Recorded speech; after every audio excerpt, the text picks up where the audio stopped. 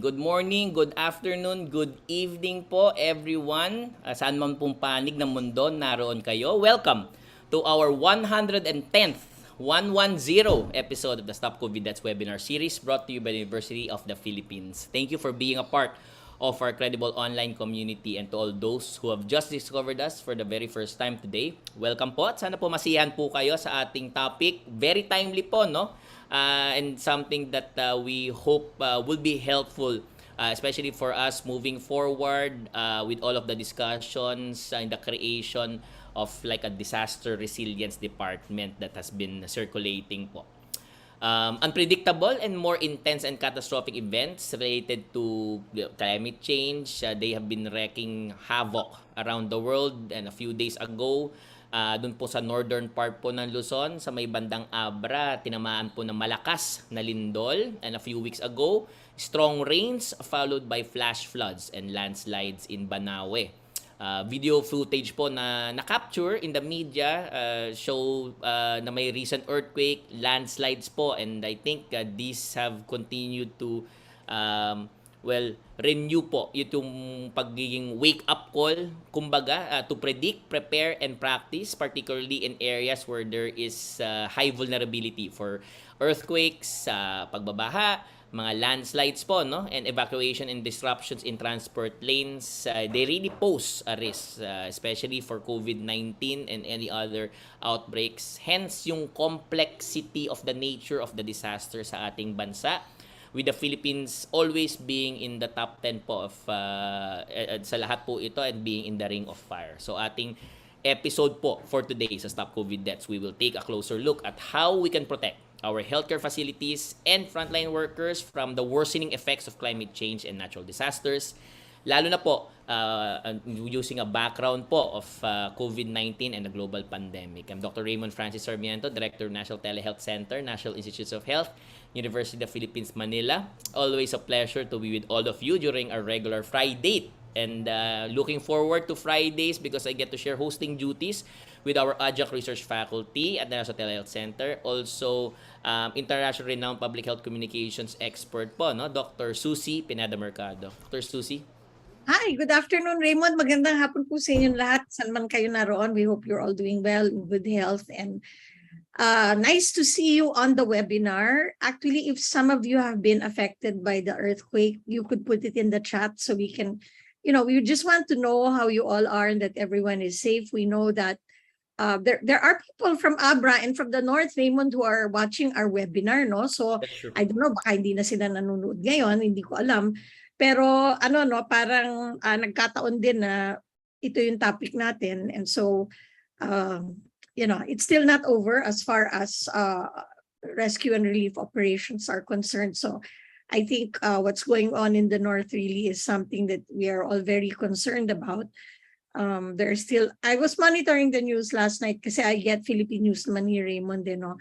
Parang parang marami pang ayaw bumalik sa mga bahay nila, no? And there's always that trauma that comes from being through a very serious event like an earthquake. So the mental health component of it is also something we need to look at.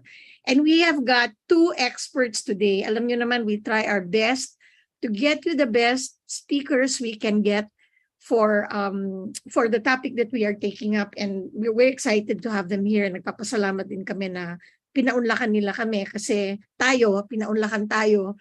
Kasi busy rin sila, no? But anyway, welcome to the webinar. We're going to talk about disasters and COVID-19. And you'll notice that in the opening billboard, COVID does not stand anymore for just coronavirus, diba? COVID is the continuing COVID monitoring that we're doing. O is for other outbreaks. And then V is for viruses, I for infections, and the D is for disasters. And that's what we're going to talk about today. We're going to talk about disasters. So stay with us. Magaling po yung ating mga speakers ngayon. But before we do that, I know many of you want to get the latest news that's credible, that's not, anong tawag doon, Raymond, that's not fake. Totoong news, ha? O, pagka galing sa amin ni Raymond, totoo to, parang Binevet namin, pinag-aaralan namin kasi, daming ang bali-balita dyan, hindi naman tama. Anyway, so because of that, we bring you a new segment which we call the news update.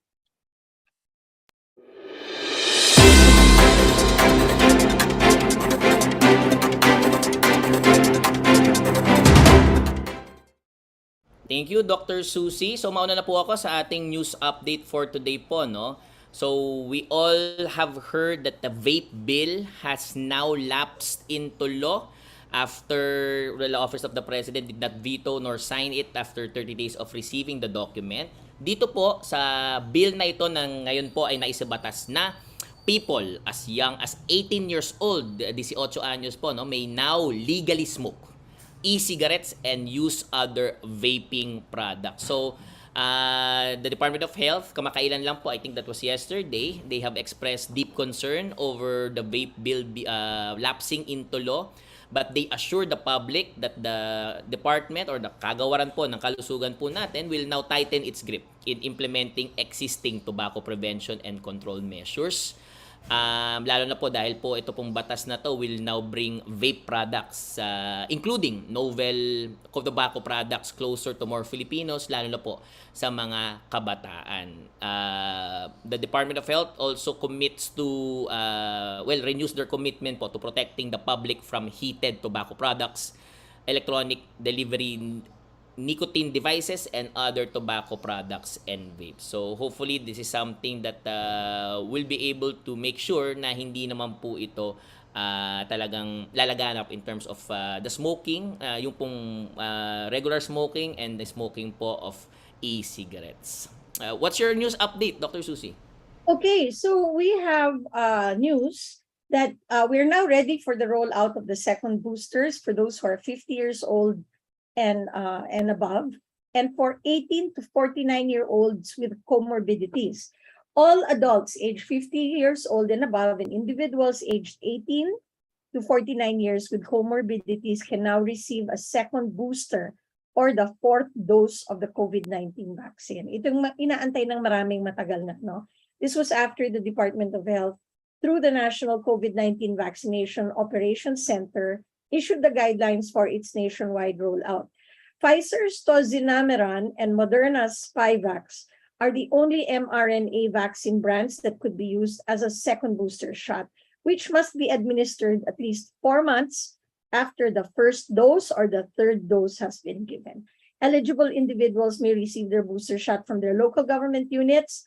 You just bring your vaccination card and a valid ID, and a medical certificate is not required, okay? So even for those with comorbidities, you just have to say that you have a comorbidity, and that should be sufficient to get your second booster. So those are news for today. Next week, we will be back with more news for you on the news update.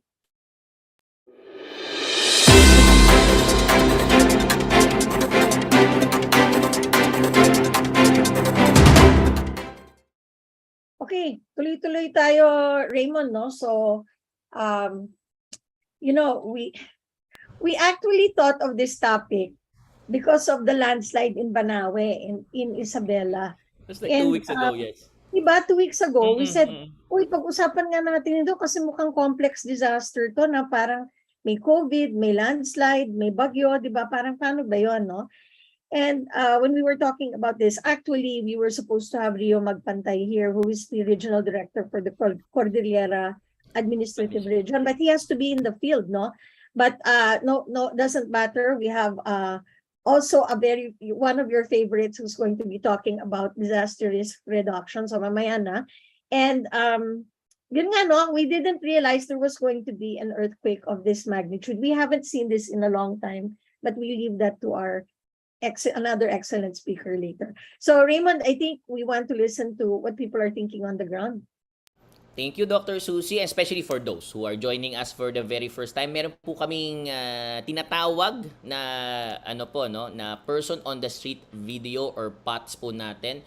It's what we show just to set our discussion into context and get the pulse of the common folks on the street po. For today's video, we post the question, sa palagay po ba ninyo, ano ang mga epekto ng Lindol, Bagyo, Baha sa paglaganap ng COVID-19? Anong klaseng paghahanda ang kailangan para sa panahon ng Lindol, Bagyo at Baha? Please watch this. Siyempre, pag nagkaroon ng baha, ng lindol, or bagyo, una sa lahat, poprotektahan natin yung sarili natin, yung family natin. So, mawawala siguro yung mga social distancing for sure. Siyempre, uunahin nila, lalo na yung mga naaapektuhan ng, yung sobrang naaapektuhan, gaya ng nasiraan ng bahay, or na nawalan ng mga pagkakakitaan. So, siyempre, ang unahin nila ay kung paano nila yun i-address muna. Ating evacuation system sa Philippines medyo not that constructed pa. So, pag may mga sakuna, ganyan, Bagyo, Baha, or Lindol, when it comes to evacuation, we're nagiging event for mass spread ng COVID since parang ini-impact lang minsan yung mga tao sa isang lugar without proper social distancing or like allotment ng space. So, flood-prone areas wherein di maiiwasan na ang mga tao ay kailangan lumusong sa baha or sumugod sa bagyo para lang kung kailangan pumasok sa trabaho, nagkakasakit sila. Possible na hindi siya COVID-19 yung magiging sakit nila, pero dahil sa simpleng sakit na yun, bababa ang kanilang immune system, which is mas magiging madali ma-infect sila ng virus. Kasi syempre, nung lumindol, pinababa sila ng building. So, ang unahin mo sarili mo, hindi mo na may isip na parang, ay, kailangan ko ng mask, ay, kailangan ko, wait, magkakatabi kami, magkumpul-kumpul. Nawawalang bahala muna yung COVID dahil ang unahin ay ang kabuhayan at ang mismong buhay ng tao. Sana manatili na organisado at alerto ang lahat ng government units na kaakibat natin para sa mga pagtugon sa mga pangangailangan, lalo na sa panahon ng bagyo at baha habang na tayo nasa pandemya. Magkaroon tayo ng pagkukusa or like magkaroon tayo ng compassion to help other people lang since it all and parang it all boils down to us helping each other. Kahit napakahirap ng pinagdadaanan natin at napakahirap na isipin lahat-lahat ng ito ng sabay-sabay, kailangan pa rin natin gawa ng paraan para maalala natin lahat ng hakbang para maging handa at maging protektado. Okay, thank you so much, TVUP. It's always nice, Raymond, to get a sense of what ordinary people are thinking about the situation, no? And it seems people are quite thoughtful about the risks of disasters. But we're going to learn a little bit more from our expert speakers. So Raymond, let's do some housekeeping muna. I know there are questions about certificates. Go ahead. Thank you, Dr. Susie. As part of our housekeeping rules, we want to be able to assure everyone that at least for our 1 to 108 webinars, we have completely sent them out. There are few more for webinar 109 certificates po, no, of attendance that we will be sending out, but hopefully in the next few days, maybe even over the weekend, tapos na po namin ito. Ang makakatanggap ng certificate of attendance are those who have watched at least 50% of the webinar duration. So if you feel that you should have received one pero hindi po kayo natanggap, lalo po if it's 108 and below, please let us know by emailing us at stopcoviddeaths@up.edu.ph. For today's webinar, we will again follow a standard panel discussion format, after which our speakers have presented. We will have a Q&A session wherein we will be entertaining questions from the Zoom, from Facebook, from YouTube. So yung po yung mga babantayan po namin. If you already have questions, we will scan them. Please, if you are in Facebook and YouTube, please put them in the comment section. And then in Zoom, pwede po dito sa ating Q&A box na nandito po sa ating Zoom. But before we go into the webinar proper, we will go into muna sa ating fun quiz. And TVUP, maybe you can play our animated po intro video. Hello? Hello? Hello? Kumusta na kayo lahat? Hi, I'm Doc Susie, the mini Doc Susie. And I'm Doc Radar, the mini Doc Raymond. Are you ready to have fun? Simply open your browser to www.slido.com and enter your code to participate. We will discuss your answers during the panel discussion later on in the program. We will have it flashing on your screen in a bit, and we look forward to your answers. Masaya at madali lang ito. Join na!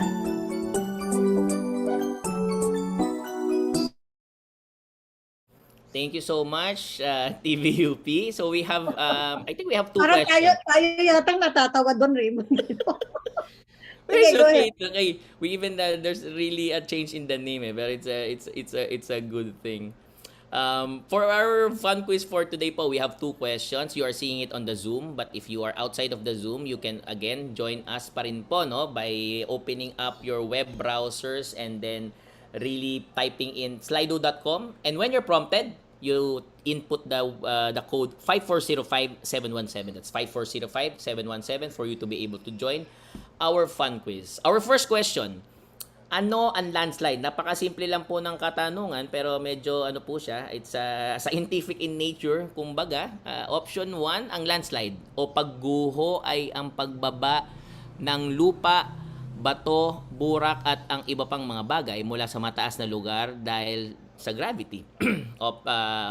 Second choice or option 2, ang landslide ay dulot ng pag-agos ng tubig na may dalang bato, lupa at ibang bagay. And option 3, ang landslide ay malakas na klase ng mudslide. So, I'm seeing our audience po, no, typing, inputting their answers po in both in the Slido and here in the Zoom. So, we hope to be able to, mas marami po ang sumali sa ating fun quiz.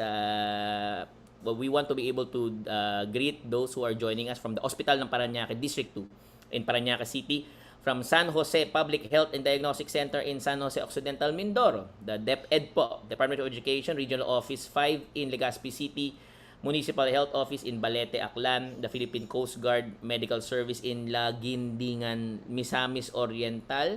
Marami rin po nakita, may mga nanonood po internationally, but there's one from DLSU in Dasmariñas, from Rizal Medical Center. Hello po sa inyo. Sa Ward 1 po ng Philippine General Hospital, maraming salamat po sa inyo. Meron po sa ZCMC in Zamboanga City. Thank you so much. From Quirino Memorial Medical Center, yung laboratory department po nila.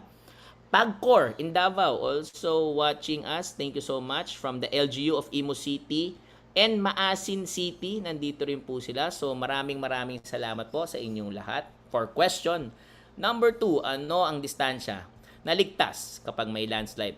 Fix po ba yon? Is it 1.2 kilometers? Or medyo paiba-iba, variable, depende sa oras ng landslide? Or variable siya dahil depende sa laki ng landslide? We'd like to greet those who are joining us. Meron po nakita from Bangkok, Thailand. So, kumangkap sa inyong pag-join po sa amin.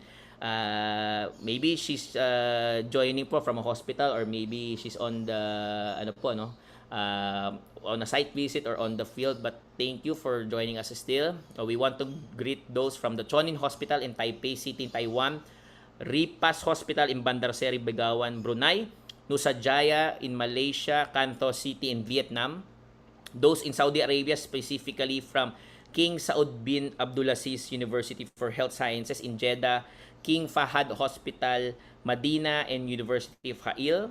We also have our regulars from Lunichi Ali University of Blida 2, from Adelaide in Australia, and Sesto San Giovanni in Italy, the Philippine Nurses Association in Edmonton, Alberta, Canada, and finally our regular from St. Eustatius Auxiliary Home Foundation in Oranjestad, Netherlands, in the Antilles, Netherlands Antilles po. Greeting din po for those from Las Piñas General Hospital and Satellite Trauma Center, from those watching us in Iloilo and Montalban, Rizal. Meron din pong Federation, yung pong grupo sa Montalban, Rizal, I think is Federation Burgos Neighborhood Association Disaster Response Group. So maraming salamat po sa inyong lahat.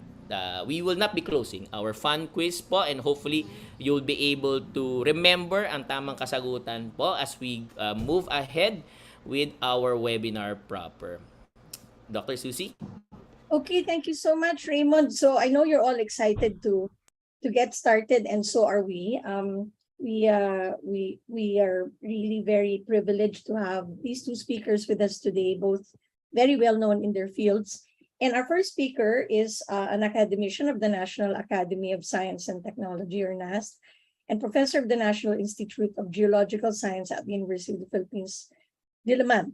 He is the director of the UP National Operational Assessment of Hazards, NOAA, and the UP Resilience Institute. And pagka naiisip natin yung pumuputok na bulkan, yung lumilindol, yung nagkakaroon ng mga geological events, ay isang pangalan lang po yung naiisip natin kaagad, ay si Dr. Mahar Lagmay. Mahar, welcome to the webinar, and we are so fortunate to have you here. Hope you are doing okay, and we're glad that you can join us. Good afternoon, Doc Susie. Good afternoon, Doc Raymond. Good afternoon, sir. O sige na, Mahar, sige na, tuloy ka na. Present mo na kung anong nangyayari sa bansa natin. Okay. I have 20 minutes, ha? Okay. Yeah, you can go a little over, Mahar. Favorite ka ng audience, so go ahead. Okay, sige. I'll try my best to fit everything in. Okay, I was given the topic nitong baha, landslide. So medyo iniba ko para mas nasa konteksto, no? Kasi itong mga to, severe weather, earthquake, at saka volcanism, ay hindi naman sila yung hazard talaga. Maraming hazards under severe weather, maraming hazards under earthquakes, maraming hazards under volcanism. Yun yung mga kailangan pinagpipreparahan natin. Hindi yung, ay may earthquake, ay may volcanic eruption. May mga hazards yan. At isahin ko yan, pagtalakay nito para mas maintindihan ng tao, para mas preparado tayo. No? At saka itong mga issue na to, itong mga hazards na to, lalong pinahirap yung ating problema sa COVID-19. No? Problema sa COVID-19 pandemic natin. Mahirap na nga, lalo pang humihirap. Kasi wala tayong magagawa dahil nandito tayo sa Pilipinas at ito ang ating bayan. No? Nung nagkaroon ng pandemic, syempre pataas, pababa, bababa, tataas. No? Ngayon, medyo mababa compared dun sa 2020 tsaka 2021, pero parang merong trend ng pataas. At ang University of the Philippines ay nagtayo ng pandemic response team kasama yung next speaker natin, si Dr. Ted Herbosa, na nagbuo din itong pandemic response team. No? More than 200 people ang kasama dito, experts from all over the UP system. No? Mula UP Mindanao hanggang UP Bagyo, UP Diliman, UP Manila, UP LB, nagsama-sama. Nag-model, merong mga epidemiologists, nagtulong-tulong para tumulong sa ating bayan. No? Yan sila. No? Marami pa din mga alumni din, may mga volunteers na tinignan kung ano yung pwedeng matutulong doon sa ating pamahalaan para makita kung paano yung progreso, paano kumakalat yung COVID-19 pandemic. Alam naman natin, marami tayong eksperto dito sa math, sa statistics, at importante itong mga fields na ito, itong expertise na ito para mas maganda ang ating impormasyon. So kitang-kita natin dito na lumaganap yung COVID, no? Nagsimula diyan sa mga lugar na yan, pagkatapos ay kumalat, hindi natin masyadong na-take advantage yata yung archipelagic nature ng Pilipinas. Siguro komplikado na rin, mas naging komplikado na rin yon kasi marami tayong mga balikbayan. So nung sila yung nagsiuwian, nagpuntahan din doon sa mga probinsya. So maraming mga pwedeng mga sabihin, pero ito ay after the fact na lang. Lahat matalino after the fact, no? Everybody's a genius after the fact, no? So but anyway, malaki ang naitulong ng UP, lalong-lalo na through Dr. Ted Herbosa, who was the advisor, medical advisor doon sa National Task Force natin. Ayun, ang mga panganib natin, no, yung mga hazards natin, itong mga baha, lindol, ay hindi naman tumitigil yan dahil meron tayong COVID. Tuloy-tuloy pa rin yan. It's a constant threat noong nakaraan, ngayon, kahit may COVID, at constant threat pa rin siya in the future. It does not stop.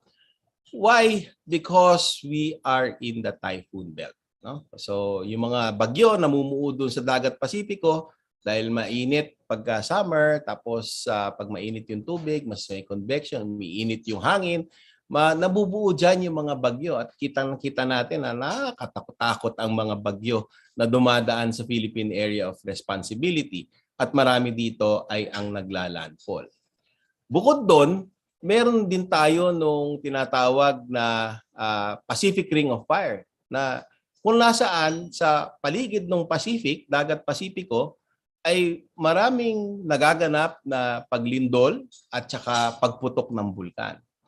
Mahabang eksplanasyon kung bakit ganon, pero ang Pilipinas makikita mo dyan, no, sa gilid, sa western side ng Pacific Ocean ay naninilaw at namumula. Ibig sabihin yan maraming paglindol at kasama ng mga paglindol, no, ito rin yung mga lugar na nagkakaroon ng pagputok ng bulkan. Bukod dyan sa problema natin sa natural hazards, no, earthquakes, mga bagyo, yung hazards na kaakibat nito, marami din tayong mga problema, no, na mga virus, mga kung ano-anong mga hazards, biological hazards katulad nito. Ito nakita ko kanina. Dineretso ko na doon sa WHO website para check na tama, no. So pag hindi pa ba naman kayo natakot diyan sa monkeypox, ewan ko na. Marami pa tayong mga problema. Pag nagkakabaha, lumalaganap daw ang leptospirosis. Ganun din sa dengue, no, kasi maraming pinagpupugaran yung mga lamok, no. Doon sila nangingitlog at dumadami yung mga kaso ng dengue dahil mas marami yung mga lamok na yan, ano. It's a vector disease. Bukod doon, ay kailangan pagpreparahan din natin itong mga mga tinatawag nating chemical, biological, radiological, and nuclear hazards. And I think UP is on top of the situation. Nagkakaroon ng drills ang UP-PGH at alam ko marami mga experts dyan on CBRN, no? Marami tayong experts dito sa UP, no? Meron tayo sa geology, meron tayo sa math, sa statistics, meron tayong mga epidemiologists, marami tayong mga doktor, crisis managers, marami tayong mga communicators, artists, musicians na pwedeng tumulong, no? In fact, tumutulong ang UP noong pandemic sa katakot na mga dilubyo, no. Umpisahan ko bago nagkaroon bago nag-umpisa yung pandemic, meron tayong Mindanao disaster, na Mindanao earthquake, na yung Kidapawan at saka Makilala sa Cotabato ay nagkaroon ng problema doon sa tuloy-tuloy na pagyinig at sumuporta ang UP system diyan, nagpadala ng mga structural engineers, nagpadala ng mga geologists. In fact, merong ang isang inassess doon, sinabi doon sa Vice Governor na siyang parang namamahala for the area, na yung isang lugar na kung nasaan yung mga evacuees ay baka ma-landslide, no? Kasi yung taas ay bumubuka yung lupa, no? True enough, nagkaroon ng landslide at nailigtas yung mga evacuees doon sa lugar na yon. So ito yung mga ibang mga litrato na mga pag-assess, pagdiskusyon doon sa incident command tent nila, site nila, no? Kausap yung Vice Governor at doon pinakita yung paano makakatulong ang UP sa maraming aspeto. Hindi lang sa geology, structural assessment din, yung mga kung okay pa yung mga bahay o hindi, medical assistance, nagbigay ng relief, no? Maraming pwedeng maitulong ang UP in this particular case on the response phase. Yung pagputok naman ng bulkan noong 2020, naalala ko yung Red Cross ay nagtanong kasama si Dr. Susie tsaka si Dr. Ted Herbosa, ano ba yung mga likely scenario? Nagpe-prepare sila ng mga parang mga ospital, mga contingency plans para kung sakali magkaroon ng burn. So they needed information also that we gave. Pinag-aralan din yung mga base surges. Dapat alert level 5 yan. Nangyari ito noong January 20 tsaka January 12 pala, 2020. Sinusulat din ng UP ito, no? Pinag-aaralan lahat ng mga disaster sa mga magagandang mga journals para mas maintindihan natin dahil constant threat nga. Sa susunod, natuto na tayo at mas maalam at mas alam natin ang gagawin. So we need to understand the problem before we can find the solution. So, yan ang mga nakikita natin. Ayan, binibideo yung pagputok ng Taal. Ito yung mga epekto sa Taal Island, no? Nakita natin yung dating eskwelahan ay binalutan na ng mga base surge deposits, no? Mabilis itong mga to, tsaka nasa mga lagpas 100 degrees centigrade yung mga yan. At pag tumakbo ay parang ragasa ng kotse, no? Sa highway. At pag ito ay sumalpak doon sa mga building, sa mga gusali, mga eskwelahan, ay ganyan ang mangyayari, no? Papasukin yung mga classroom ng abo ng pagputok ng bulkan na mainit ito at baka hindi makahinga. Mabuti na lang at nakalikas yung mga tao, no? In fact, itong mga base surges na ito ay maraming pinatay ng mga animal, no? Mga cows and cattle, tapos mga kambing, no, mga alaga doon sa isla na hindi na nakalikas, no. So this is what we have learned. And the term base surge actually originated from studies nung Taal volcano when it erupted in the 60s and 70s. Ngayon, nagkaroon pa ng mga problema. Yung ito dito tayo natutong bago mag-pandemic, matutong unang mag-mask, no? At marami nagreklamo mahal daw yung mga face mask na binebenta. Bago nag-pandemic, bago tayo natuto mag-face mask, dahil doon sa abo, yung bulkan ay nagpuputok ng abo at medyo nalalanghap natin. At meron din mga komplikasyon na pwedeng mangyari dito. So yung mga geologists ng National Institute of Geological Sciences ay nagpunta at pinag-aralan yung mga yan at nagbigay din ng relief efforts. Ang entire UP system nagtulong-tulong, pati yung Nowhere to Go Batap, nag-aalala ko, nagbigay ng mga donasyon. Ang College of Human Kinetics, yung sama-sama tulong-tulong, yung UP Pahinungod, lahat yan nagtulong-tulong during the response phase at saka yung doon sa pag-aaral ng nangyari doon sa Taal Volcano. At hindi lang during the eruption, kung hindi, pati nung merong mga sulfur, na nai-emit, no, tapos nagkakaroon ng smog. These are dangers that we need to also look at, especially the people in the medical field, no. Pagkatapos noon, ito yung nagsisimula na yung pandemic, tapos ito na, magsisimula na rin. This one was in May, no? As early as May 10, nung tropical depression pa lang, 4 days before Ambo made landfall, nagwa-warning na ang UP system, no? Tapos true enough, yung Ambo made landfall, na siya nung May 14 naglandfall, tapos nabinbin yata ng konti, pero preparado yung Samar, no? Bakit sila preparado? Kasi nakatulong yung isang proyekto ng UP before with IOM and ADB kasi tinukoy yung mga safe evacuation sites, tapos tinuro yung mga hazards, yung mga bahay na hindi naman nasa panganib, pag may COVID, hindi na sila kailangan pumunta sa evacuation center kasi lalong kakalat lang yung COVID, no? So they came prepared and there were not many deaths during Ambo, no? Tapos tinuruan din sila gumawa ng mga ganitong mga P3DM na tinatawag na 3D landscape na gamit sa mga materialis doon sa lugar para naiintindihan nila yung mga hazards. So the point here is that yung pag hindi mo na kailangan lumabas, safe naman yung bahay mo, huwag ka nang pumunta ng evacuation center, no? Kasi lalaganap lang yung pagkalat ng COVID. 5 ang namatay, no?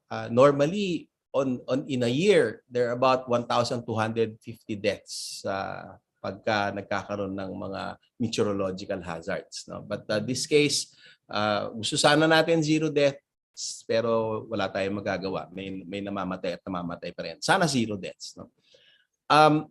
Nung Tugigaraw, there was a significant rise in COVID cases nung nagkaroon ng Ulysses. Sinundan yung bagyong Rolly, na isang napakalakas na bagyo din. Pagkatapos ay ng Rolly ay magkaroon ng baha, no? Nakikita natin na talagang grabe yung baha doon sa Cagayan Valley. At makikita din natin na yung mga mapa na naibigay doon sa Tugigaraw, no? Sa Tugigaraw ay eksakto noong mga mapa na binigay sa kanila 1 or 2 years before, no? So tingnan niyo yung walang baha masyado, may baha na mapa at saka yung actual na nangyari. So pinag-aralan din itong mga pagbaha dito sa Ulysses. Makikita natin yung pag-release ng water sa Magat Dam ay medyo nahuli, no? Yung orange ay sinasabi yan yung napupuno na yung dam. Tapos nag-release sila ng tubig sa dam nung puno na. So dapat pag may forecast, alam na-anticipate. So dapat nagre-release sila mas maaga pa bago mapuno yung dam, no? Para hindi agaran yung pagtaas ng tubig. At nagkaroon din ng mga simulations ng mga river water flow, no? Kung saan binabaha. And true enough, yan nga yung mga binabahang mga lugar. Nakapag-prepare ng konti, no, yung Tugigaraw dahil nga meron silang mga pag-aaral at meron silang mga plano, contingency plans against these floods. Nagkaroon din ng Odette. Nako, yung Odette na napakalakas na hugupit, napakalakas ng hangin, no? At nung ito ay humagipit, tanggalan yung mga bubong, halos nagtumbahan lahat ng mga puno, yung mga gym tumba, makikita nyo na yung mga debris. At tumulong din ang UP dyan even during the pandemic, ano? At nagbigay ng mga tents, no? Kasama ang UP Vanguard, kasama ang Nowhere to Go But Up, ang SOS International, nag-donate ng mga tents, no? To provide shelter to those who were affected.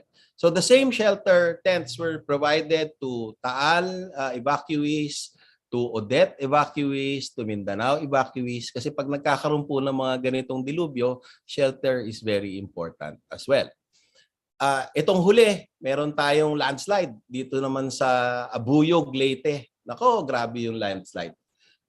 Kawawa yung mga tao kasi sa ilalim niyang mga tinatayuan ko yan, isang barangay na marami pang nakalibing, no? At hindi lang landslide ang tumama sa kanila, yung mga ibang survivors, kinikwento nila na habang tumatakbo sila from the landslide papuntang dagat, nandyan naman yung tsunami, no? Kasi yung landslide na nagpunta doon sa dagat, nag-generate naman ng tsunami. So takbo sila mula sa bundok papuntang dagat, yung dagat naman, ito naman padating at nag-overwhelm din ng kanilang barangay. Ito na lang yung mga coastal village remnants ng kanilang community, no? Tingnan niyo yung bahay na translate by as much as 20-30 meters.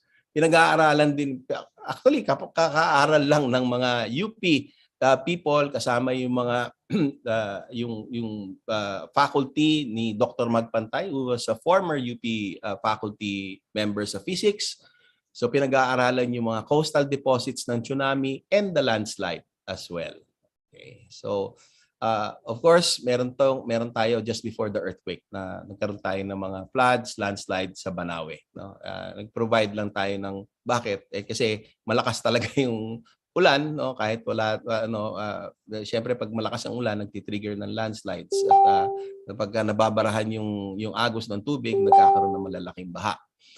At ito man lately, Susie, pwede ba ako magtuloy, no? Konti na lang ito, malapit na ako matapos. No. Take your time. Take your time, Mahar. Take your time. Take your time, Kasi sir. Take your time. maganda yung sinasabi mo eh. So okay lang tayo. Go ahead. Take your time. Okay, thank you very much. 2 days ago, I think it's July 29 today. To July 27, habang naliligo ako, no, nagkaroon ng earthquake, no. At kikita natin it happened at around 8, I believe 8:43, no.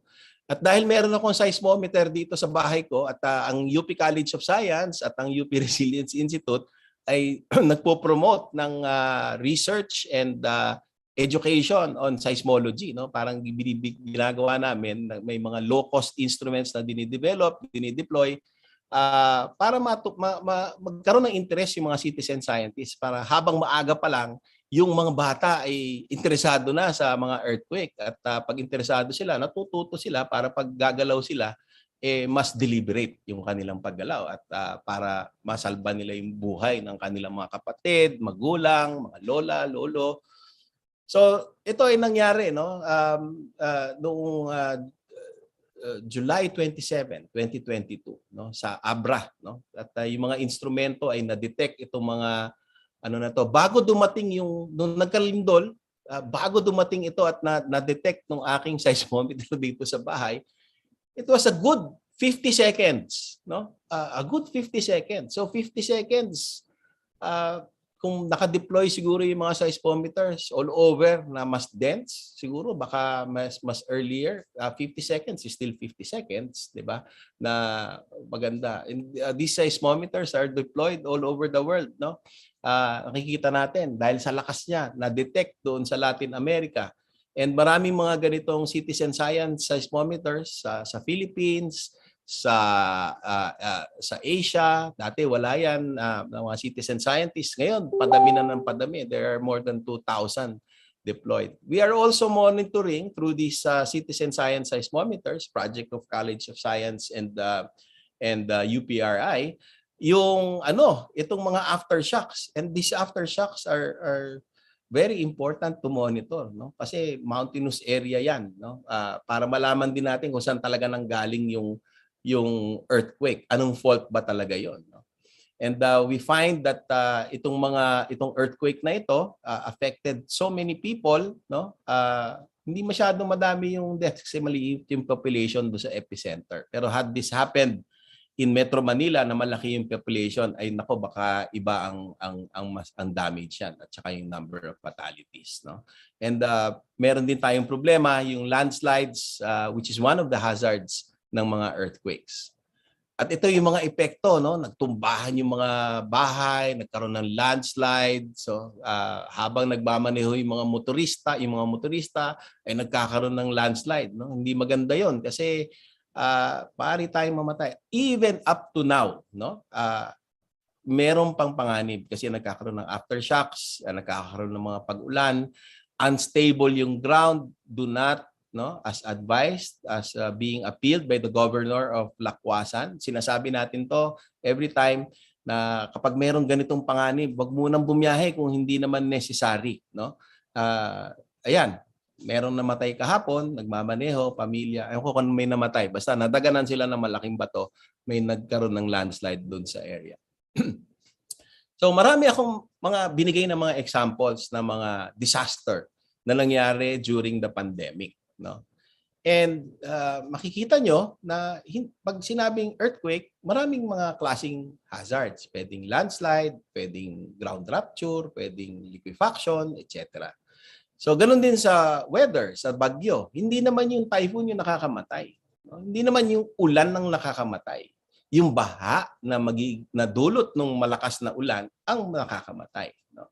So ang hazard sa severe weather ay yung strong winds, yung floods, yung landslides at storm surge. At dapat bawat hazard ng severe weather ay merong mapa.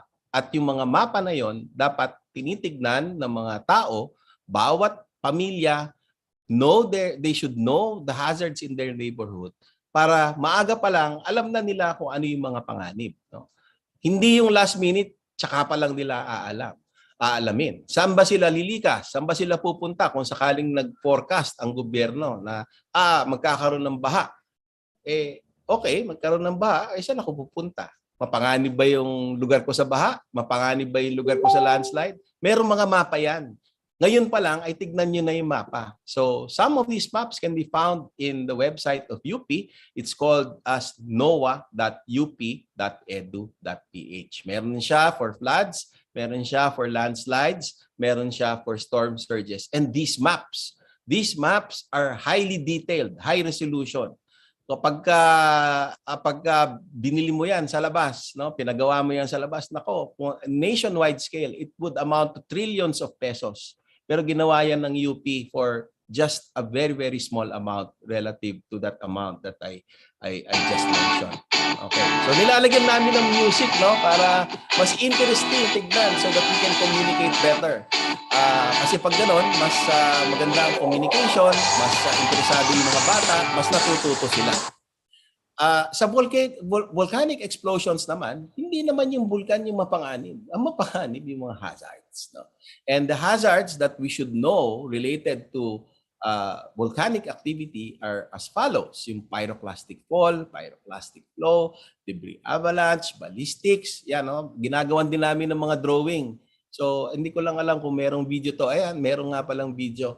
So, you can go to my YouTube account at tignan niyo yan. Bawat hazard na yan, merong drawing ko mismo para mas maintindihan, no? So, yung mga nag-holding hand sa tabi ng bulkan, pag pumuputok yung bulkan, mag-ingat sa ballistics, no? So, nakalagay dyan. And if you want to do further reading, in-identify na rin dito yung mga magagandang mga articles, no, na pwedeng basahin na makukuha na rin sa Google, no? Kasi available na yan kasi maraming mga open source data.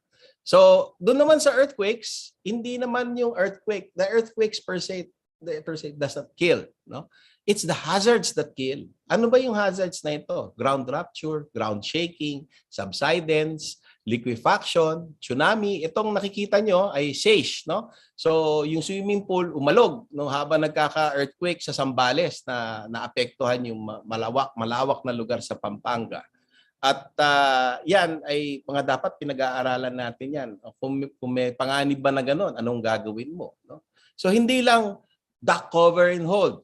Hindi lang go bag ang preparasyon. No? Maraming preparasyon na kailangan gawin. Alamin itong mga hazards na ito, bawat isa niyan, at alamin ngayon pa lang kung ano ang kailangan mong gawin, ano yung profile ng iyong opisina, eskwelahan ng iyong anak, yung inyong bahay, anong profile with respect to these hazards ng ground rupture, ground shaking, nasa taas ba ng Marikina Fault yung iyong bahay? Nasa landslide area ba yung iyong bahay? So, pag alam mo yan, so nakakapag-profile ka, so ngayon pa lang iniisip mo na kung ano yung gagawin mo para sa ganung paraan, hindi last minute yung iyong aksyon at yung iyong kaalaman. No? Pag may kaalaman ka at alam mo na yung mga dapat mong gawin, so mas mabilis ang iyong paggalaw at yung chances of survival mo ay tumataas din. Okay, so reducing the impacts of hazards, I would recommend yung short-term, hazard-specific, area-focused, and time-bound warnings. Hindi yung general warnings kasi magkakaroon tayo ng ano dyan, ng cry wolf effect, no? Sa psychology, yung cry wolf effect. Na kapag winarningan ka tapos hindi naman nangyari, masasanay ka at babaliwalain mo na lang yung warning na yon. So it must be accurate, no? Reliable, and timely. And kailangan hazard specific. Kung kayo ang tatamaan, kayo yung tatamaan. Kaya na ito. Sa totoo lang, kaya na ito. Kailangan lang natin gamitin. Extensive use of sensors. Yan ang nakasalba ng maraming buhay sa aming pagtingin. 15 averted disasters because of these low-cost technologies using Internet of Things. Using high-resolution maps to identify safest places. Because the business of hazards mapping is not identifying the hazards. It's really using that knowledge on the identification of the hazards to identify the safe places. So, importante na naka-identify yung mga pinakaligtas na lugar para kung nagkaroon ng warning, alam mo kung saan ka pupunta. At alam mo rin, in the long term, kung saan ka magde-develop ng mga safe places.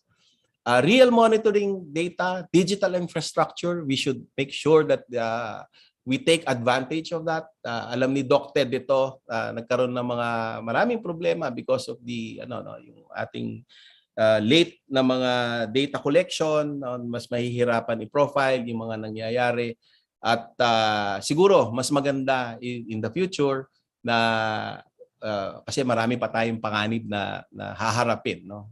Mapaigting natin itong infrastruktura na ito. Magamit natin yung internet at itong teknolohiya na ito sa ating para makinabang tayo. Long-term anticipatory planning, we need to create scenarios of the future, not just scenarios na worst case based on anecdotal accounts. Lalo na may climate change, we have to mainstream all of the scientific information. Magtulong-tulong lahat ng mga experts to help communities do their comprehensive land use plans, climate and disaster risk assessment, disaster risk reduction and management plans. We need to have a good education platform, no? To teach people about disasters, what to do about climate change. We can use music, we can use the arts to teach them, compose songs so that they can remember all of this information about disasters better. Open data, we had a good discussion about this yesterday, sharing of data to build trust, to be able to better communicate. For science, it is also best because for science, you need reproducibility and you cannot test those outputs that are claimed to be scientific if the data is not available for reviewers to check what has been done. So scientific research, that's very important. Again, hindi natin masosolusyonan ang isang problema kung hindi natin naiintindihan ang problema. So science is very important, and the use of this information will only be knowledge if people are able to use them to their benefit. So science is very important. We also have to make use of the best available technologies to combat the best products to combat our problems of disasters, mga natural hazards that are compounded by other hazards such as COVID-19. Thank you very much. I guess that is my last slide. So hindi pa pala. And when we plan communities, ang daming experts dito sa different fields na to. It's not just the evacuation center that we have to plan for. We have to plan communities across all sectors: agriculture, coastal, water, health, forestry, biodiversity, environment, energy, education. Alam natin, naapektuhan natin itong mga sektor na to during the COVID pandemic, no? Which is ongoing until now. Yan, hazards na kung anuman klase ay pwedeng maapektuhan lahat ng mga sektor na ito. So sa tingin namin, importante na bawat komunidad, all 1,700, almost 1,700 cities and municipalities of the country can or should plan across all sectors. So ang UP, having experts from practically all of these fields, no, can help out in the CCA, or climate change adaptation and disaster risk reduction efforts of the country. So we have prepared maps also. We are doing this. They're highly detailed. Volunteers have been plotting all of these buildings to make them 3D so that you can see the hazards relative to the infrastructure, critical facilities in the community. We try to get them to visualize, use the best technologies so that the communities can use all of this information coming from the University of the Philippines system. And I would like to, I'm proud to say, no, actually hindi unfortunate pa rin, ano, kasi there are still deaths. From when we reviewed it, no, actually hindi 2000 ito, we reviewed it from 1986 up to 2021. From 1986 to 2012 and 2013, on average, the number of fatalities were per year about 1,250. After Hayan in 2013, 2014 to 2021, the number of fatalities was reduced from 1,250 per year to 250 per year. Ano nangyari? So, hindi pala lahat ng hazards ay kayang makamatay per year ng 1,250. Kung gagawa tayo ng aksyon, kung lahat tayo kikilos, gagamit tayo ng siyensya, gagamit tayo ng magandang teknolohiya, at magtutulong-tulong tayo, kaya natin pababain pa yan. Although yung fatalities per year ay bumaba, yung losses and damages ay nakita namin ay hindi nag-iba, no? So, yun, kailangan natin ayusin sa pamamagitan ng development planning, no? Yung CLUP, lahat ng sektor ayusin para sa ganung paraan magagamit natin yung platform ng disaster para mag-develop ang ating bayan, para ma-achieve ng bawat komunidad ang sustainable development goals, na tuloy-tuloy ang progress ng ating ekonomiya unhampered by disasters. And I think I'll end here. Thank you very much for inviting me. And thank you very much for listening. Uy, salamat. Nako. Grabe talaga tong. Pwede bang magpalakpakan tayo dito? Ang presentation ng Mahar Lagmay, kakaiba. Kakaiba. Mahal, hindi pa tapos yung presentation mo. Nakikita mo na yung mga heart tsaka yung mga palakpak. Alam mo, namamangha ako every time I listen to Mahar. You know, and I know na at least we've given a platform, di ba? Pwede niyong balik-balikan itong presentation na ito. Kasi saan niyo maririnig itong ganitong klaseng pag-explika, no? Pag-explain and informing us of you know, what's really happening to the country in relation to the environment from you know, from the hazards that he has been talking about. So really so grateful, Mahar. Alam niyo, kinakapatid ko yan, chika. Kinakapatid ko yan. Ang mami niya at mami ko ay magkabuting Condolence pala, Susie. Oo, parehong pumanaw na ang mga nanay namin, but they were the best of friends. Yung nanay, si Tita Letty, is the godmother o ninang ng aking kapatid na nakababata, si Cindy ko. So, you know, I've known Mahar for the longest time, but every time I listen to him, I'm really just blown away by how he presents, tsaka madaling maintindihan. So Mahar, thank you so much. I know we have a lot to talk about in the Q&A, and for those of you who have questions, please put them in the Q&A box para masagot niya, kasi hindi madalas na makuha natin si Mahar. Teka, Raymond, ikaw nga. No problem. Thank you so much, Academician Lagmay. Thank you po for really giving that comprehensive presentation.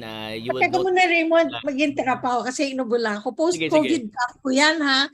No, anyway, I just wanted to say also na, alam mo, talagang diniin talaga ni Mahar yung importansya ng siyensya. No, the importance of science, and we've said this before on the webinar, no, na lahat ng talino ng Pilipino ay kailangan natin para maalpasan natin itong pandemya, no? And this is an example na talagang we really all have to look at all kinds of intelligence. Lahat ng husay ng Pilipino ay kailangan gamitin natin. Pero talagang, Raymond, nakakatakot yung mga map niya, no? I know Raymond's going to introduce our next speaker, and I just wanted to say also na nabanggit ko kasi last week na si Rio Magpantay ang magsasalita, pero si Rio has been called to be in the field. Regional Director po siya ng CAR sa Department of Health, but you will not be disappointed with our next speaker, who is in fact the reason why there's a Stop COVID Deaths program in UP. So Raymond, I'll leave the rest of the introduction to you. And again, Mahar, thank you. I think we have a good discussion coming forward. Thank you also for inviting. Thank you, Dr. Mahar. We'll wait for you during the Q&A, sir. Sige. For our next speaker, and we're really lucky to have him. Siyempre, busy po ang mga department chair sa PGH po, and then someone really who has been spearheading all of the different efforts. We're really thankful that he is here today. And you've known him po. He used to be our health undersecretary and board member din po ng World Association for Disaster and Emergency Medicine. So without further ado, please welcome to re-welcome po, repeat welcome to your screens, the senior advisor of the National Task Force Against COVID-19, and also currently the chair of the UP Philippine General Hospital's Department of Emergency Medicine, Dr. Teodoro Herbosa. Sir Ted? Maraming salamat, Raymond, and thank you, Susie, and thank you also for a great talk from Mahar that really puts us in a nice setting. Susie asked me to, do an emergency and cover for Rio, and I gladly said, because it's the topic I've been doing all my life. My initials are TED, Trauma, Emergencies, and Disasters. So basically, when she asked me the other day, I said I just pulled some rabbit out of the hat and come up with some of the perspectives that I think all health professionals should get. You've heard Mahar, and that was a great segue to what I'm going to tell our health professionals. Usually our health professionals say, sa emergency mo dalhin yan, bahala ang emergency dyan, di ba? So, but I think we all know after the earthquake last Wednesday, Wednesday ba? The other day, talaga nakita natin na, these things can really happen to all of us. Yan. So ito mga usual questions, ano? Ano ba yung risk nitong certain hazards, di ba? Paano nangyayari? And we need to learn and be educated by geologists like Mahar, no? People who look at disaster science and be able to relate that to human beings. Kasi alam niyo, walang disaster kung walang tao maapektuhan. And as physicians and the healthcare professionals, the lens that we look at is ano ba epekto niyan sa tao. Kasi kung wala naman tao dun sa isla, kahit mag-earthquake, mag-vulkan, magbaha, wala naman tayong problema. Pero pag yung mga tao dun sa isang isla ay nalunod, nabalian, at nagkaroon ng problema, tayo din ang gagamot sa kanila. So very important yung perspective na yan. May pictures ako ng Baha at saka ng Bagyo, pero hindi ko na pinakita yon. Pinakita ko na lang itong picture ng Lindol. Kasi fresh sa memory natin. And what I call secondary prevention in the ER, pagka meron kaming pasyente nag-MI, tapos huwag ka naman nag-relyo, huwag ka ng ganito, ganon. Mas useful yung secondary prevention kasi natatakot sila. Sabihin lang namin, yung pangalawang mong heart attack, wala na, sa morgue na tuloy mo. And then they start to have a life-changing behavior. So ganun din ang tingin ko, no? Right after a major 7.3 earthquake, this is the best time to talk about it. Siguro may cosmic ideas itong si Susie kasi nalaman niya magkakalindol. So pinag-usapan natin ito. So ang disaster talaga is really about the engagement of the hazards, the events, and the community. Kung walang community, ano lang siya, di ba? It's just an event. It's just an event. But the hazard is really what happens to the community. At yung community, depending sa exposure nila yon, sa vulnerability nila yon, at yung capacity nila to respond after that. So, very important yung human and economic effects of any disaster. Kasi doon naman, pwedeng hindi ka magkaroon ng health effects, pero naubos lahat ng pananim mo. Hindi na kayo kakain. So, health effect pa rin yun. So, and ganun din ang tinitingnan natin sa disasters. Ngayon, hindi lahat ng emergency ay disaster. Kasi nga, dati they were trying to convince na, no, it should be about emergency management. Pero ang problema, ang emergency na ma-manage mo, ang disaster, usually, mag-iiba ka ng the way you act because the magnitude of the needs far outweigh the resources that are available to you. So yung emergency, it only requires urgent action. Kailangan mabilis ka gumalaw. Kung emergency, hindi ka pwedeng pag-isipan ko muna, hanapin ko muna yung evidence sa journals. Hindi pwedeng ganun. You have to do something or else your patient can die. So ito yung konsepto niya, no? Very simple, no? Meron tayong risk na nakukuha sa hazard. Sabi nga natin, may earthquake, pero madaming risks doon sa earthquake. Sa volcano, ganun din, madaming risk. Merong pulmonary risk, merong burn risk, merong landslide risk. So a lot of these risks are the ones that affect the society or the community. At yung vulnerability, ito yung kahinaan ng community. If the community isn't prepared or educated, like the graphs that Mahar showed, there will be a lot of people affected. Pero nung nakita niyo after Haiyan, bumagsak yung mortality. Aba, mukhang everybody started checking on their vulnerabilities and increasing their capacity for response. So maganda nangyayari. So that's why this one is really a very good idea. And what are the potential health hazards? Health risks. What are the potential health risks of any hazard? So you'll have dead people, you'll have missing people. Ito yung mental and physical. I was watching TV this morning and ang pinag-uusapan nila were children in northern Luzon who refused to enter their homes because of their experience in the earthquake. So again, meron tayong psychosocial effects of the event itself. So it might not have caused death, pero kita mo, the children are very much affected. Then there are the secondary hazards. You can have a fire after an earthquake, especially when gas lines get cut or things get broken. So pwede talaga. And then there's diseases like from floods, nakita natin magkakalepto. When there's rainy season, we have dengue outbreaks, etc. Then there's contamination of the environment kung chemical yan. And this is worse. If there is no more economic opportunity for the people na nasira na yung pananim nila, these people migrate. There is displacement. Pupunta yan sa Metro Manila. They become informal settlers in the poorer parts of town looking for better life. And of course, they can be breakdown in security, riots, and unrest, and then also damage to infrastructure. That's why they're telling you kahit may aftershocks, it's still dangerous to travel because you can be trapped with the roads that are destroyed. And of course, the breakdown of essential services, very important. Yung health services, power, water, etc. And then the loss of property and loss of income. So, very important no na may logical framework tayo. I'm glad na napalawak na to, and people like Mahar in the Resilience Institute have propagated literacy in disaster science and disaster medicine. So very important na all of us are armed with this because we live in one of the most disaster-prone countries in the world. So ito yung mga hazards na name it when a Filipino comes out and talks. When I remember when I was a young doctor presenting in international conferences on disaster, pag ako na nagsalita, parang tumatahimik sila lahat. Kasi sila, ang experience nila 1 week of international travel to an area that has been affected. Whereas me, I live this particular. So in fact, one of the presidents before of Wadam said that I thought a little different because, and I said, maybe it's because I lived through these disasters in my country. So we go through this and we try to strengthen ourselves. The idea of being resilient, kaya nga Resilience Institute, no? What is the concept? It's not about being helpless. It's about being able to resist, absorb, accommodate, and recover from the effects of any hazard in a timely and efficient manner, including the preservation and restoration of essential basic functions. So you use your own resources to be able to withstand any hazard that comes to you, whether it's economic or earthquake resistance, etc.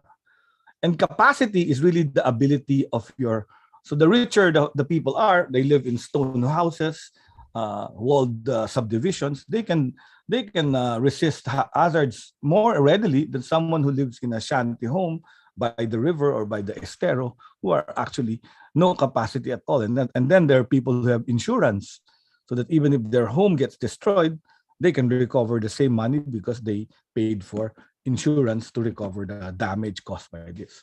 So, ano ba yung 5 elements in the community that we need to consider in disaster risk reduction? First, of course, tayo doktor, the health of the people. So it's important there are people. If there are no people, wala naman tayong pag-uusapan, di ba? Because we are health professionals. Next is property. This is where the engineers and the local officials come to fore. The infrastructure, your possessions, your assets, and then the services of government. They must continue, whether it's vital services, health services, water, electricity. These are important things that need to continue for people to survive. And then the livelihood. So very important that they must continue to be able to go back to work. This is what happened to us in COVID-19, no? Because of the very strict lockdowns, many businesses closed, many people lost jobs, many people had to innovate and invent how they will survive for their livelihood. Then, of course, the effects on the environment. Now, you remember the Taal volcano. The dust cloud went all the way out there to UP Diliman for the hazardous effects. And of course, we also look at the vulnerabilities of people. So we say children, women, and elderly are most vulnerable in times of disasters. Ngayon, we were adding also the persons with illnesses, with the comorbidities, and then property vulnerabilities. If your property is by a fault line, mayaman ka nga, nakatira ka sa, but it's in the fault line, you're also at risk. The services available to help you. Kung ilang oras bago makadating ang tulong, you're probably vulnerable. If it takes 2 hours for the fire truck to get to your place, by the time they get there, it's all done. Sunog na yung bahay mo. Of course, the livelihoods that can happen and the environment vulnerabilities. So sa health, ano ang indicators natin for the people in a community that they are okay? One, kailangan may access pa rin kayo to healthcare. So very important yun. Even if you move them to evacuation areas, they must have access to healthcare. Preventable diseases in susunod. Very common, we do measles, mass measles vaccination in evacuation sites, whatever the coverage rate is, because of the situation wherein so many children are in one place, one classroom, one public classroom. Public school classroom has like 4 or 5 families with several children, 2 to 3 children per family. That's about Many kids infecting each other. So we're afraid of very infectious diseases like measles. Then there's nutrition. When you have disaster, people who are what we call in moderate malnutrition, moderate undernutrition, but become pushed to severe malnutrition because of the lack of food. And then, of course, the under 5 mortality, which is all the other diseases for our children. And then access to safe water, access to sanitation and hygiene. Very important ito, no? Saan ka maliligo? Paano ka magpapalit ng damit? Exactly. And then access to adequate housing, access to regular sources of income. And this is where there becomes a problem. Do you give ayuda or do you give them a job? So yan yung mga important philosophical principles of how you respond to victims of disasters. And then, of course, in certain countries, there are problems with the literacy rates of females, especially like, for example, Afghanistan. The new government doesn't want the women to go to school. So that becomes a problem. So in a preparedness program for any country, that must be a long-term institutionalized program. And I'm glad we are beginning to change it, and I'm happy that's part of what the NDRIMC law, the National Disaster Risk Management Reduction Act, actually did. And we were able to organize a big framework of how we prevent, mitigate, respond, and recover from disasters. Almost parang knee-jerk na yung response natin, ano, because we've created our own national framework and our national program. But it took several years and decades to actually go to where we are. So you start with laws, legal frameworks, and then policies at the national, provincial, local level, and at the personal and community level.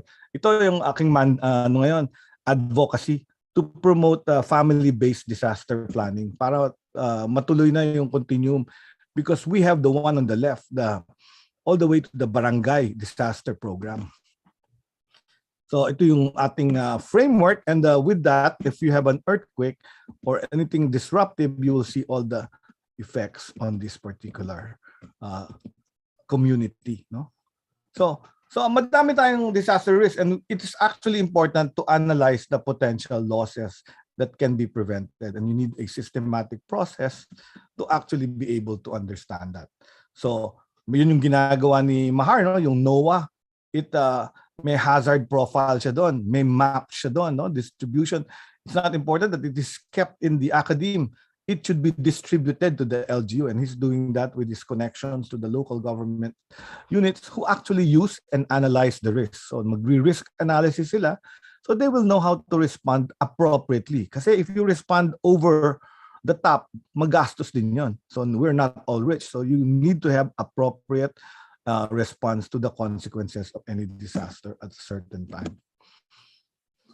So we analyze using the 5 elements of the community, yung people, etc. And then we make sure that the capacity and the reduction in assess the risk reduction in the company. So this has all been improved from the international frameworks, from the yoga framework. Now that we are now under the Sendai framework, making sure that all people understand disaster risk, and we want to strengthen risk governance, disaster risk governance. That means the leadership of a country's disaster program. So dito yung debate, should we have our own disaster risk department, or should we just have it under the office of the president? Yan yung debate ngayon, ano?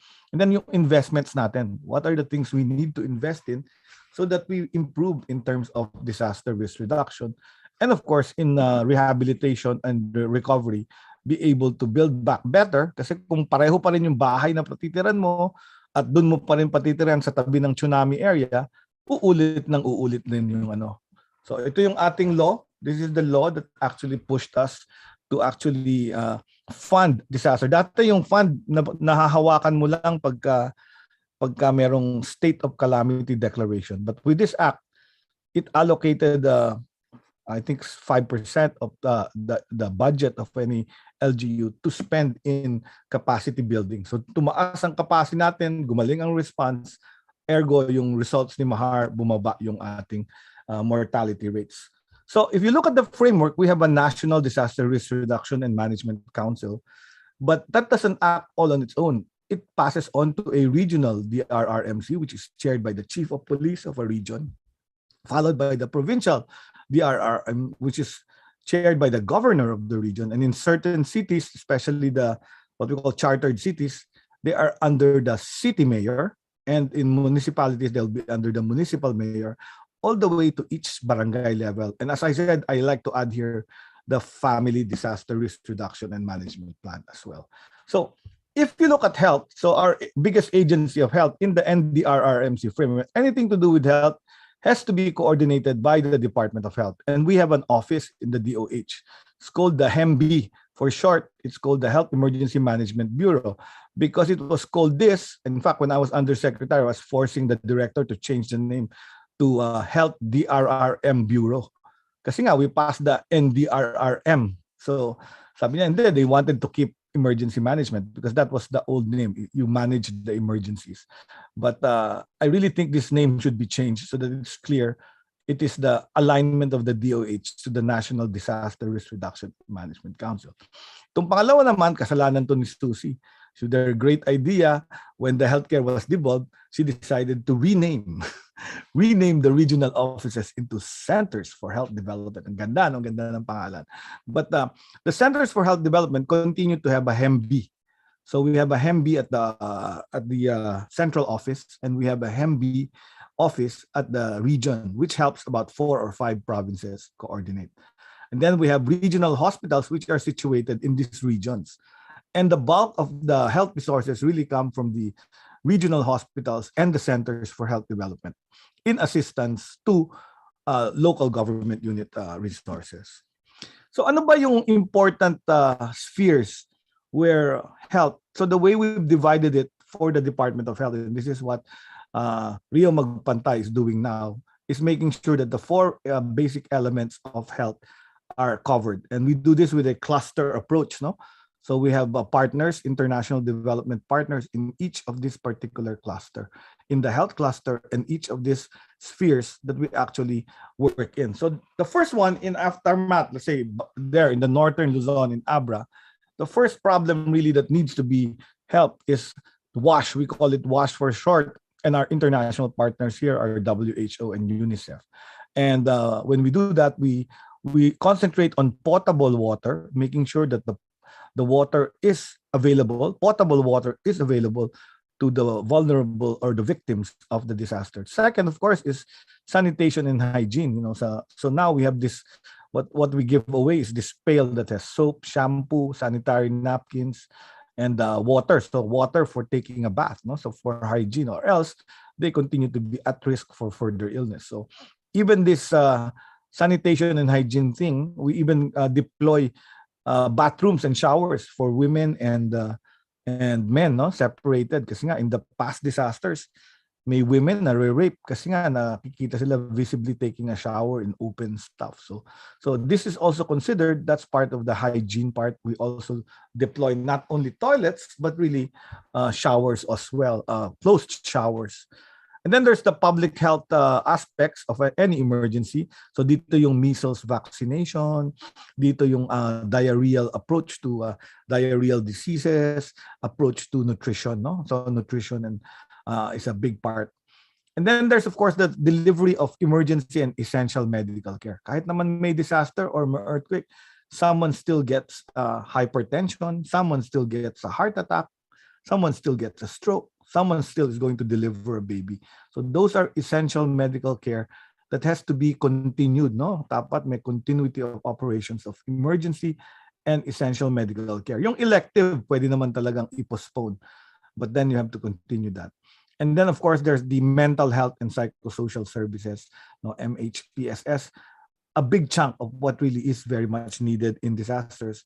Unfortunately, all we do is psychological first aid at the community. We don't expect everyone who's a disaster victim to be seen by a psychologist or a psychiatrist, but we have to watch out for people who will have to be able to overcome stress, anxiety, and all that stuff. I think I missed the fifth one. The fifth one is nutrition. So in nutrition, the Department of Health, it's the DSW that feeds the victims and the children, but it's the Department of Health that takes care of malnourished, moderate to severely malnourished. So those kids that need to be hospitalized because of their poor nutrition, we take them out of the evacuation center and make sure they do not go into severe or do not die from hunger or poor nutrition. So lastly, I'd like to really emphasize three important things that I've learned over the years. This is from Sten Lenquist, a Swedish trauma surgeon who's actually tried to inculcate in us the proper way to approach disasters if you are a non-disaster expert. The first one, and this is where many people get into conflict, is to lower your level of ambition. Many of our clinician friends, many of my clinician friends cannot work in a disaster environment. They will look for this, they will look for that, they will look for blood, sterile stuff. But then you're in a disaster mode. So you need to change your level of ambition. They will become frustrated if they're unable to save patients they're really able to save. And the best example that was given here by Dr. Lundquist was, say you're mountain climbing and your team falls off a ridge, and then you're the only doctor.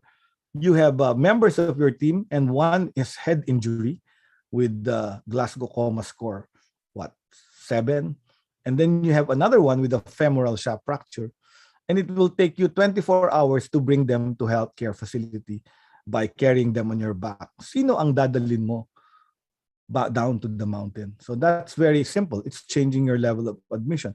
If these two arrived in my ER, of course I will start working on the head injury kasi that guy will need a CT scan, a neurosurgeon, maybe a craniotomy, and then the guy with the femoral fracture can wait. But on top of the mountain, my level of ambition has changed.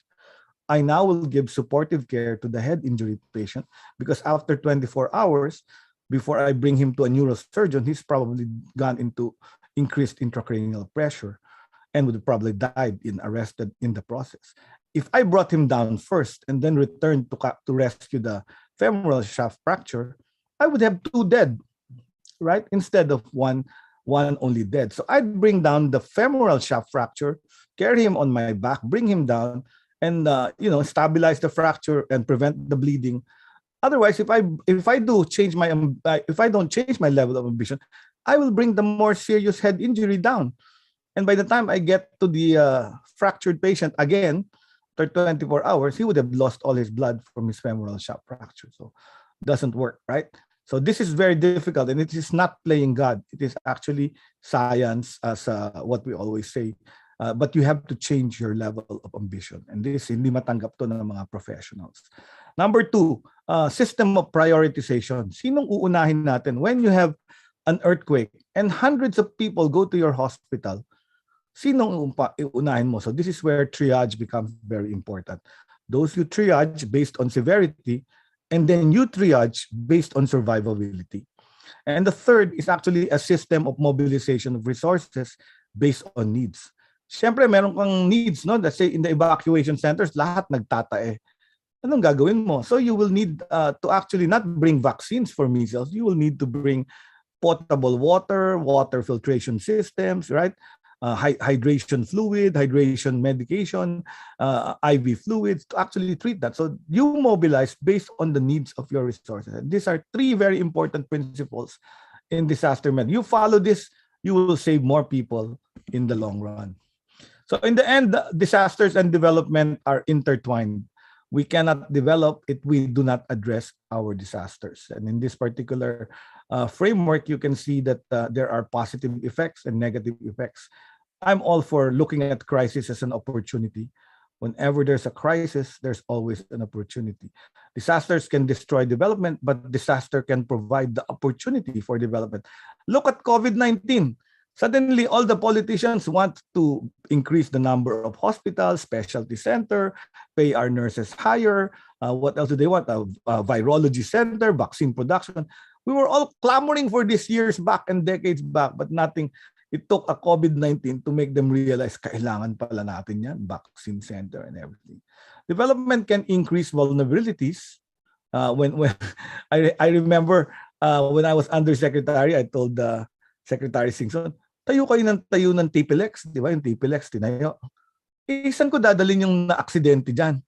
If I had a car crash there, I have to exit either south or north of that long run. And then I'd have to go back to MacArthur Highway to bring them to the hospital because all the hospitals are in MacArthur Highway. That's not good planning and development. Dapat, if you're going to make a very long expressway, you must have an idea of how to respond to people crashing in their cars because people will crash even if it's a modern.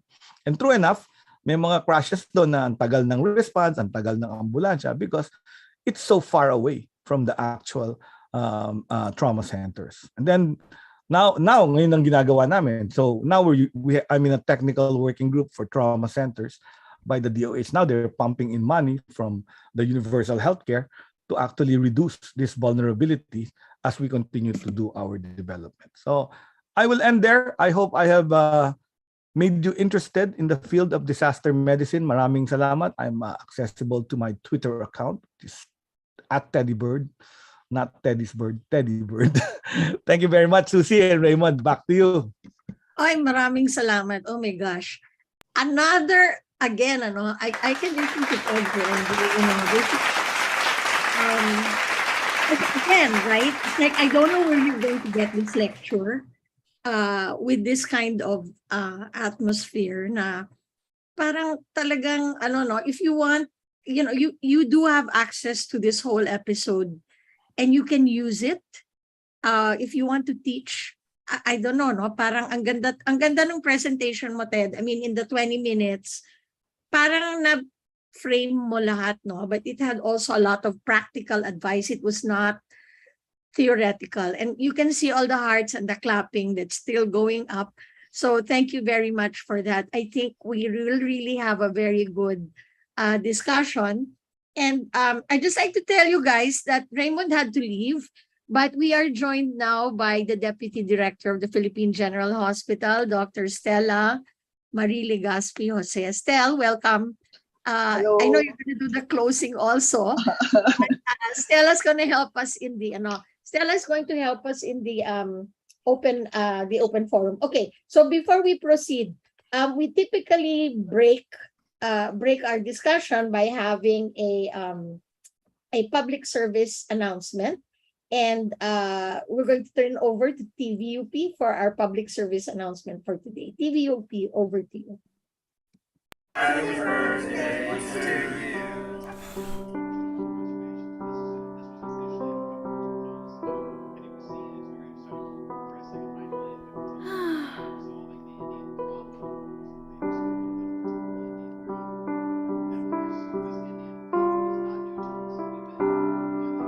Maaari na bang magpabakuna ang mga batang 5 hanggang 11 taong gulang?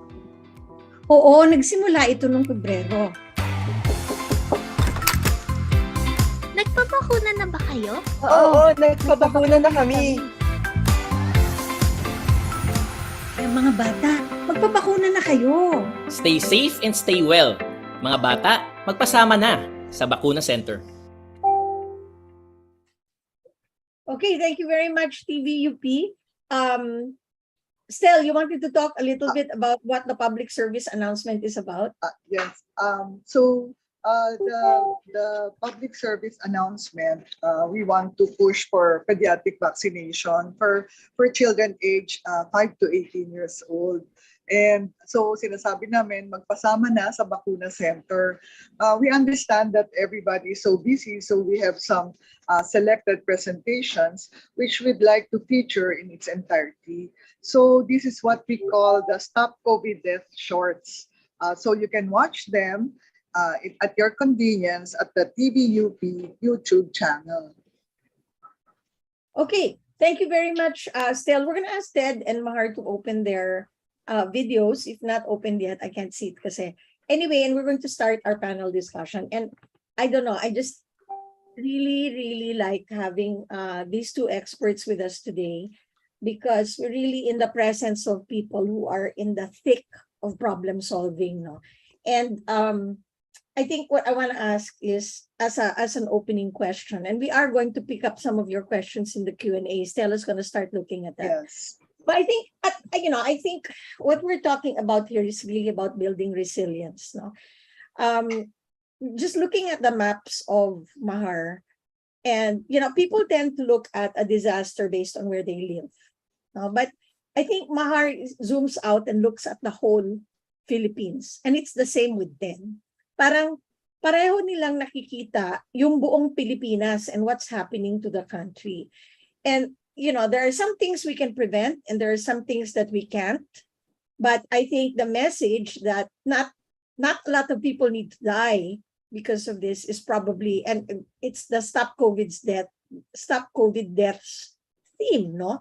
Now we can do something about this. So my first discussion point is this. I mean, obviously, for both the awareness about the environmental risks and hazards, education plays a very big role. Yung sinasabi ni Mahar na dapat alam lahat ng you know exactly where to go when you need to evacuate. And Ted is saying the same thing. He wants to push for a family approach. No, I remember when I lived in Kobe, Japan for 3 years, which was hit by that huge earthquake in the early 90s. And they do actually have these quote unquote museums where you can see the city of Kobe. Meron silang simulator na yung topography becomes covered with water. And it tells you exactly where you need to go if it rains, no, and it starts to flood. So, what are your thoughts on how we push forward on the educational side of this? Because as Ted was saying, meron na tayong policy, meron tayong response. As Mahar is saying, we have seen very much less deaths. Pwede pang babaan. Pero ngayon, people themselves need to be actively involved in the mitigation part of it or the adaptation part of it. Okay, so maybe I'll start with Mahar. What's your vision for how we're going to teach the people about this in a big way? Kasi yung present mo buong bansa parang I don't think there's any place na talagang ligtas. Ganun ba? Hindi naman. Actually, if you use the technology, understanding the physics of the flow of water and why landslides happen, may physics, lahat yan, physics equations So, before, dati kung sa landslide, nasa 2% lang yung identified na pwede mong puntahan. By using the best possible technologies, we were able to increase that to 47%. No? Okay. So, ang daming pwedeng puntahan. Even in the mountain province, no? Even in car. Ganon. No? So, it's just a matter of looking for those sites, no? Kasi that is the job of the hazards mapping specialist, no? Not just to identify the hazards, but to identify the safest places for development, not just for evacuation centers. Such that if people develop in those safest places, hazards will come and there will be no disaster to talk about because it didn't hit the populated areas. No? So that's the long-term vision. You were talking about education, no? Maganda yon. In terms of maganda sana kung ang magawa do sa K-12 program, in much the same way as we're using the disaster platform to get all of our cities and municipalities to develop, no? To progress, to attain our sustainable development goals through good planning, no? Anticipatory planning. Sa education, ganun din. We can use the disaster platform to teach our children that the students math using disaster examples because they can relate to it and they will enjoy the exercises because the problems that they're tackling are actually real life examples that they can relate to. For example, if you teach geometry, turo mo yung cone ng Mayon volcano. Ano yung symmetry niya, no? For debris flows that like the ones that killed more than 500 people in New Bataan. Yung flow nun, yung flood, merong mga equations diyan that make use of differential equations, no?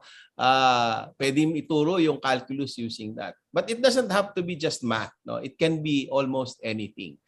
Even yung pag-compose sa music, no? Magturo ng mga composition, how to compose na relevant, no? Yung mga disaster songs, no? So that as early as elementary, yung mga students will learn about disaster information by singing it while on the streets, no? So that way, pagka kinakanta nila yan, natututo sila, katulad ng natuto ko na diniscover ni Magellan ng Pilipinas noong 1521 sa pagkanta ng kanta ni Yoyoy Villame, ganun din sa disaster, di ba? So we can use the disaster platform to educate, no? It's not just music. We can sa Japan, meron sila yung mga yung art na tsunami, di ba? That's very famous, and people get to remember about tsunamis, no? That's a Japanese word, because of art, no? Ito merong ganitong karon ng tsunami dito sa harbor na ito, several centuries back, no? So we can be we can be imaginative about how we approach the problem, how we use the disaster platform to educate, and not only just educate, but to use that platform, as Doc Ted was also saying, sa health, di ba? Maraming mga congressman na gusto magpatayo ng mga health, mga hospitals.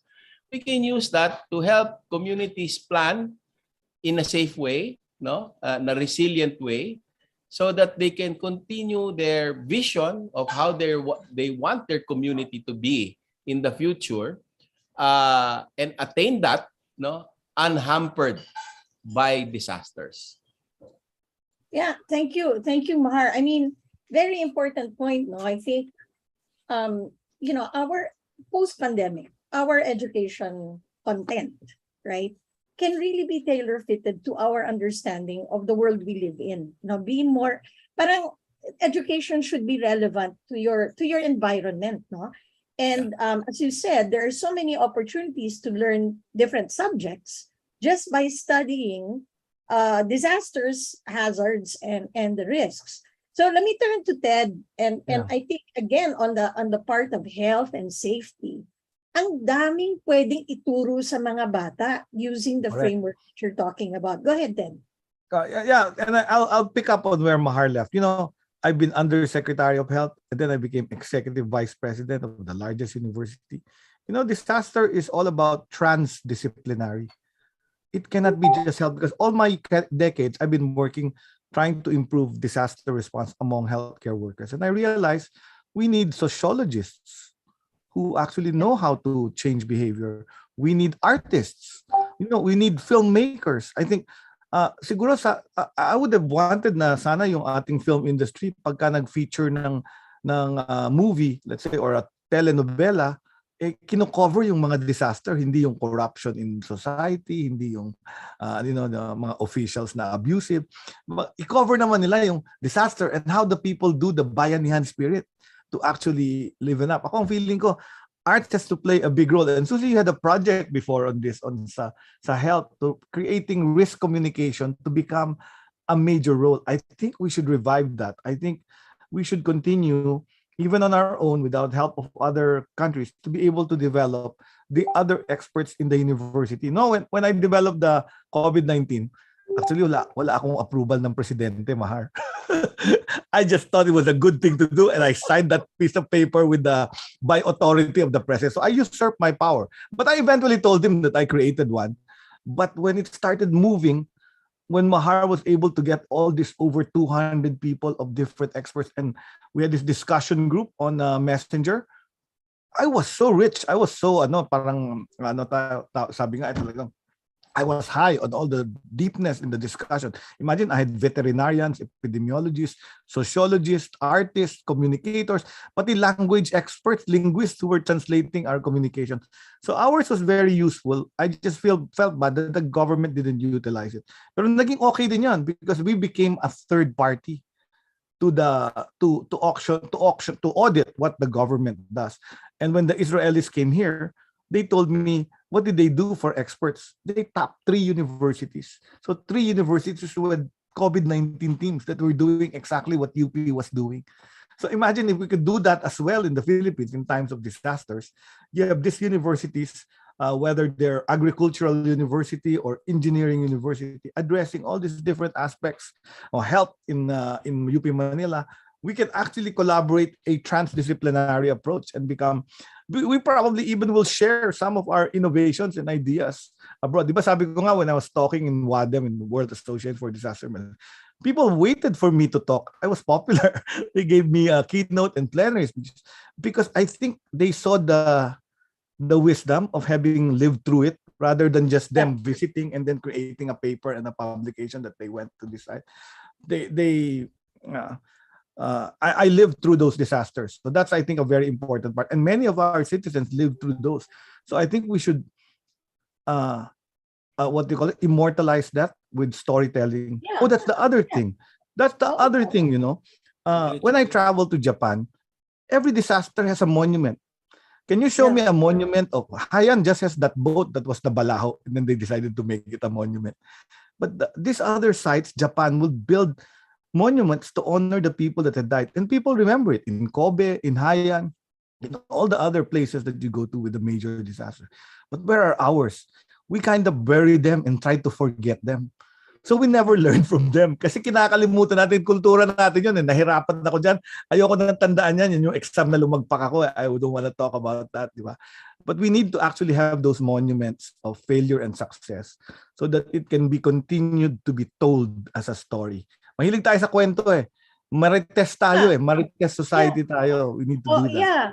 Yeah, I think that's a very important point. I mean, you were the health undersecretary during Haiyan. Yes, so I was in charge of that. Yeah, so you know what we've been through, and I think I really like Mahar's graph where we see na after Bumagsak. that, bumagsak na. So natututo tayo, and that again points to our resiliency as a people.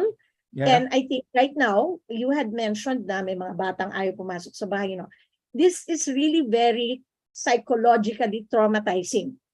Natotrauma tayo eh. So that's why you're saying we don't want to remember. But I think we can find better ways of helping people recover from the trauma. We know how to do this. So I think this is now really just trying to bring everything together so that when we face disasters, we know exactly what we need to do, not just to stop deaths. Diba, Susi, nung recover. we were always having these disaster drills every July, yung earthquake drill. And people were laughing at it, and suddenly they evacuated properly all the buildings. I saw it on the news. All offices, building offices, they knew where to go, they knew what to do. There was less panic, and they knew when to return. Can you imagine if we weren't, rehearsing or having drills? So very important din yung practice and drills that we have been doing. Si Mahar ang naglilid ng mga disaster drills sa university eh. Na kung minsan iniinis na nga siya dahil ayaw siya pakinggan. Pero now, very useful. Yeah, I think everything, it's about timing also. Anyway, we're running out of time. I'm gonna ask Stella to pick up one question from the audience. And then we'll have to close. No, sorry everybody. I know you want to all your questions want to be answered, but you can come back and look at this video, these two excellent presentations that you're not going to find anywhere else on Stop COVID Death. So yes, Stella. Yes. Pick up We have the first question came from Joseph Tortona. For Dr. Mahar, how big is the role of rampant logging on water depth, like the lakes, dams, rivers, flash floods, mudslides and landslides, and flooding of low-lying areas? How big is the role of rampant logging? This question, yeah. I don't know how to quantify that, but I would answer it this way. The main ingredient for big floods is heavy rain. And that applies as well to landslides. Okay, logging, denudation of forests, they're aggravating factors, but I cannot quantify how much. And the reason why I'm saying this is because in heavily forested watersheds, I've seen flooding take place because of heavy rains. And I've seen also in thickly vegetated primary forest, na mountainous areas. Pag dumaan doon ng bagyo, there would be about 1,000 landslides that would happen in that thickly vegetated area. So, it happens even if there's no denudation. And the main factor why floods and landslides happen is because of, at least for floods, it's really heavy rains. Yung landslides, they can be triggered by heavy rains or ground shaking. No? Yung mga denudation, that's an aggravating factor. We don't want that as well, as if we don't have a problem already, a big problem already. So we want just nature to be responsible for that. We don't want our activities to aggravate the bad situation, the bad conditions that we are already faced with. Yeah, thank you, Mahar. Second, Great. meron Stella, pang mga take one more. questions, Yeah, pwede pa? Take one more, Sige. Stella. Yeah, one more na lang. From Florence, good afternoon po. Thank you, Dr. Lagmay. At present, our building in UP Mindanao is nearly located in a fault line. Baka pwede po kami mag-inquire regarding the equipment that detects the movement of the land. I think that was part of your lecture. Yeah, nagpamigay ako ng mga seismometers dyan sa Kidapawan. Well, sige, bibigyan ko kayo ng isa kasi meron akong project. Anong grupo ba to? UP ba yan? Florence to UP Mindanao.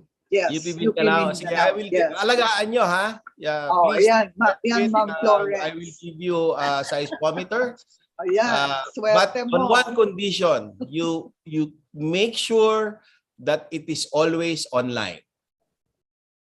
Okay, sige Okay. po, Ma'am Florence, take note of that. Oh, Another one from Miss Jane. From Miss Jane, what are the physical signs based on human observations that an earthquake will happen to at least keep ourselves ready before it strikes?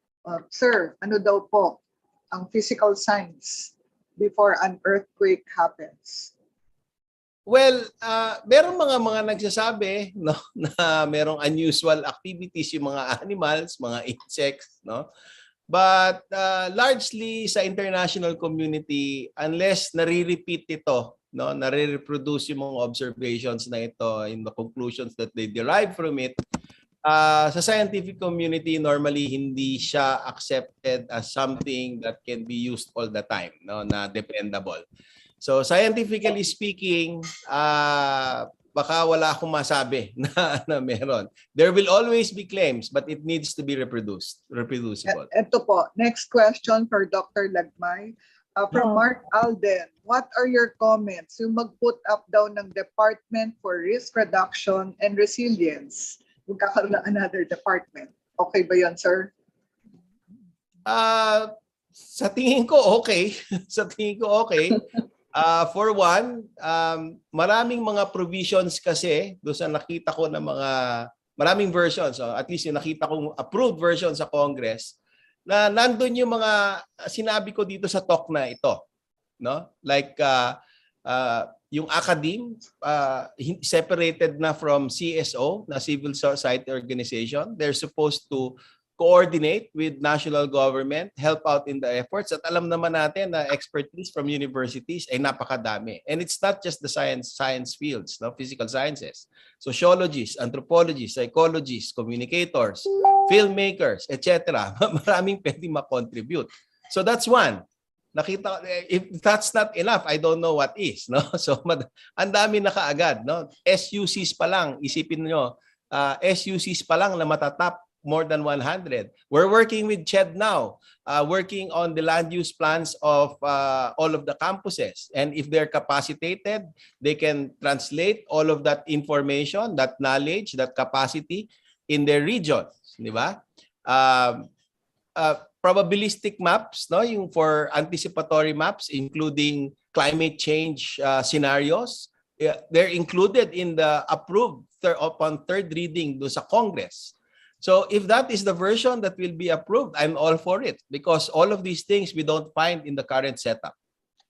Oh, okay. Thank you so much, Mahar. Still, we have to go na to the Yes. let's go to the answers to I know, Yes. it's so exciting, no? Sige, let's go to the webinar quiz, Stella. Yes. We'll ask Mahar to So, answer question 1. for the ano ang landslide, 100% answered, 462 answered this.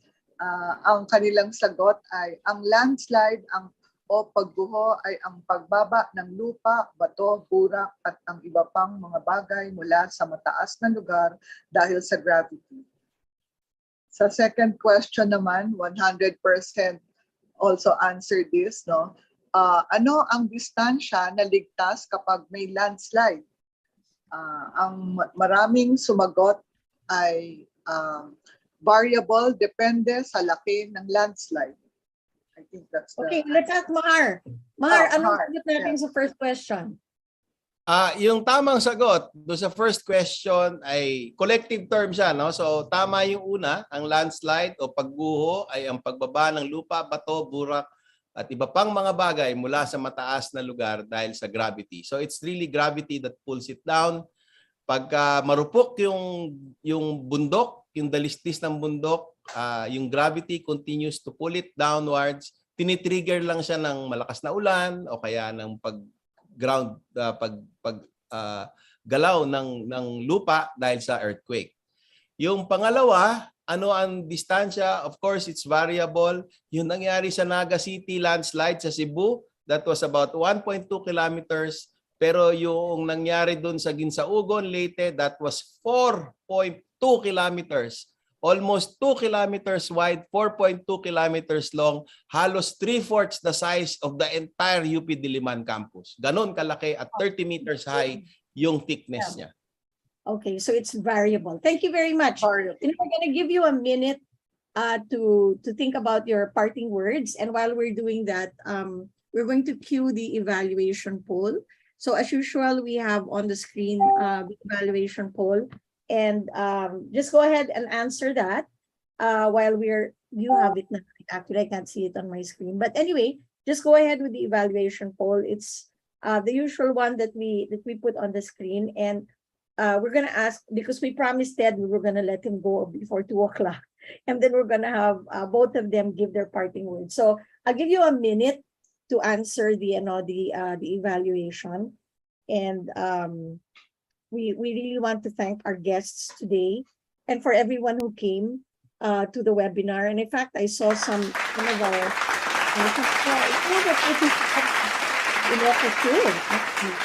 also, ano lang, no, it's a difficult time talaga pag merong sakuna. I think we all are re-traumatized and we remember how difficult it is. But as Mahar said, kaya natin to, no, we can do this. Okay, so let's have our parting words from Ted. Ted, ikaw muna. Okay, thank you to TVUP and Stop COVID Deaths for this opportunity to talk about disasters. No, love disasters. When I was a small kid, Typhoon Yuling took out the roof of our home. Gosh. And of course, I've been traumatized ever since.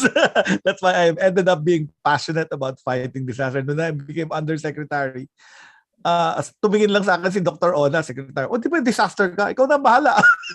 so you know, it's like training and learning for all your life. And I think every Filipino, child, adult, matanda, babae, you know, everyone should try to learn about the disasters, the risks, what they can do, because everyone has a role to play. This is a solidarity, bayanihan. We already have that. May English term sila dyan community-based disaster preparedness. Sabi ko, for centuries, we have one word, bayanihan. We are probably the only language that has that word. And I think that has kept Filipinos surviving over there. So we can do this. We can live in the most dangerous part of the world and still survive and flourish and develop. So everyone, please learn about disaster principles. If you're a doctor, a nurse, healthcare worker, these are one of your efforts. Para tong CPR.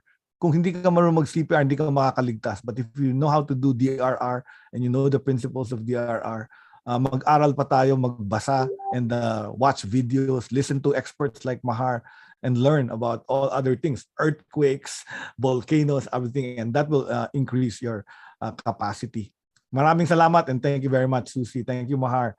Thank you, Stella. you. Yeah, thanks, Ted. And you can go now. Thank you. Thank you so much. All right, so let's have Mahar with your parting words. Mahar, go ahead. Yeah, yung earthquake na nangyari noong 27 July ng 2022 ng 8:43. Tama ba? 8:34 or 8:43 ay hindi yun ang huli na mararanasan natin. Ganon din sa mga bagyo, hindi rin yun ang mga huling naranasan natin, yung Odette tsaka Agaton, no? Marami pa. It will be continuous. Year after year after year, tayo ay makakaranas ng mga ganyang klaseng mga pangyayari, no? Kung gagamitin natin ang siyensya, kung gagamitin natin ang teknolohiya, lahat tayo ay magiging maalam, lahat tayo ay magtutulong-tulong, makikinig tayo sa mga abiso ng gobyerno at abiso ng mga eksperto at paplanuhin natin ang ating mga komunidad, maaari nating mabawasan ang mga masamang epekto nitong mga dilubyong yan, no? At hindi lang yon, kung tayo ay magpaplano ng mabuti, tingin ko, kaya natin gamitin yung ganyang klaseng pagpaplano dahil nagplano tayo laban doon sa mga threats na hinaharap natin. Magandang pagpaplano na sa ganung paraan, kahit nandito tayo sa bayang Pilipinas na yearly, mayroong panganib, no? Pwede pa rin tayong umasenso, no? Pwede pa rin tayong mabuhay ng ligtas, pwede tayong umasenso at magamit yung lahat ng kaalaman na yan para ma-achieve natin yung mga gusto natin na mangyari para sa ating pamilya at para sa ating bayan. Yun lang. Thank you. Thank you so much, Mahar. Very much appreciated, and thank you for the time that you gave to this webinar. So for our closing, so we have the evaluation there with a very high 96% agreeing to the questions of the panelists, demonstrating knowledge of the topic, being well prepared and organized, and they spoke clearly and audibly. Yes, a big yes to our two speakers. So I'd like to call on our Deputy Director for Operations of the Philippine General Hospital, who has graciously agreed to help me in this part where Raymond has left, but will also give a brief summary and a synthesis of the discussion today. Stella, over to you. Thank you, everyone, for your attendance to our webinars. You know, really, it fills our heart with gladness that so many people attend and listen to all our speakers. We have very good speakers. We have excellent lectures from Dr. Mahar Lagmay, who is the director of the UP Resilience Institute. And he discussed disasters, earthquakes, landslides, floods, and volcano eruptions. So what I learned from his talk was it is not only the disaster which really kills the people, it's really the aftermath of the disaster. So like in floods, and where there will be poor water, poor sanitation, and all the diseases like leptospirosis will come out. So disasters by itself, meron siyang parang tsunami effect. Marami pang sunod-sunod, okay, unless we prepare ourselves. So education plays a big role to help alleviate our suffering, and preparation and active involvement is a very important aspect. And he emphasized the use of technology. Even in his parting words, he said it very clearly. Gamitin natin ang teknolohiya na available. And then, so he gave this link na sa UP Diliman. If you will go over our recording, maybe we should all look into that and see if our house where we live is near a fault line, no? Para tayo ay makapag-prepare. Ngayon, si Ted naman, he spoke on resilience, the ability of the system, the community or society exposed to hazards to resist, absorb, accommodate, and recover from the effects of a hazard in a timely and efficient manner. He said yung capacity or capacity building is a combination of all the strengths, attributes, and resources available within a community or society that can be used to to achieve agreed goals. No? And a community consists of 5 elements: the people, the property, the services, the livelihood, and the environment. Now, what are the indications of vulnerability? Ayan. So, kailan natin masasabi na vulnerable tayo? When there is poor access to healthcare, yung measles vaccine, no? Measles vaccine pala is an indicator of vulnerability.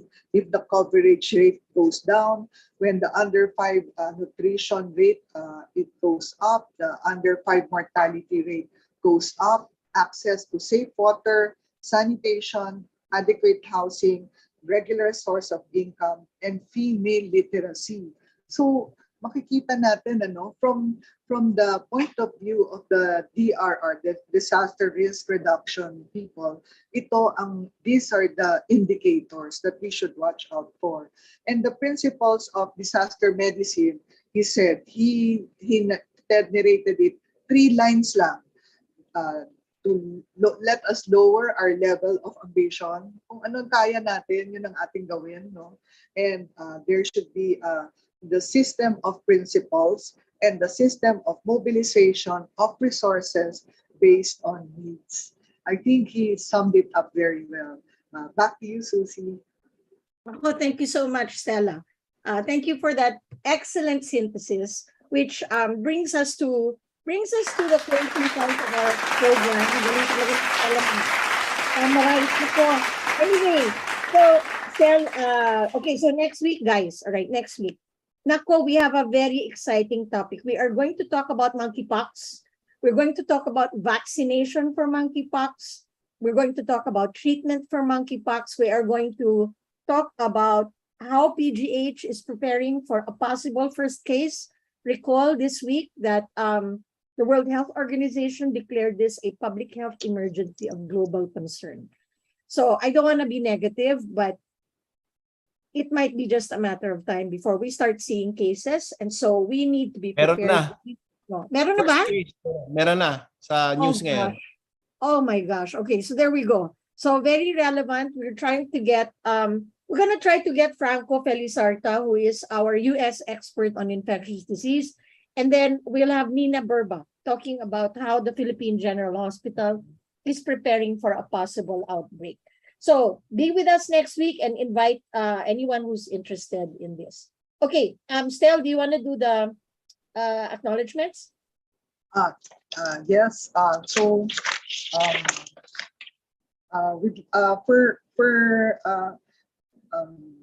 This formally closes our webinar for this week.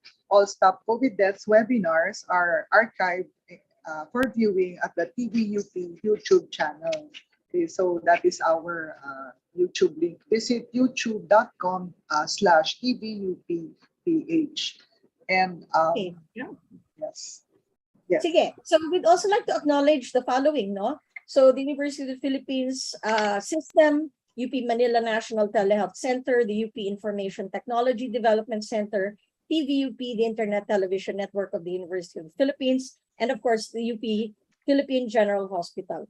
And everyone was helped to make this learning possible. And of course, thank you to the audience for being with us. So this formally closes our webinar for this week.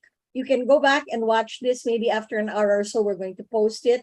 And we look forward to your company again next Friday. It's a date. Stay safe, stay healthy. See you online. Okay. Bye, everyone.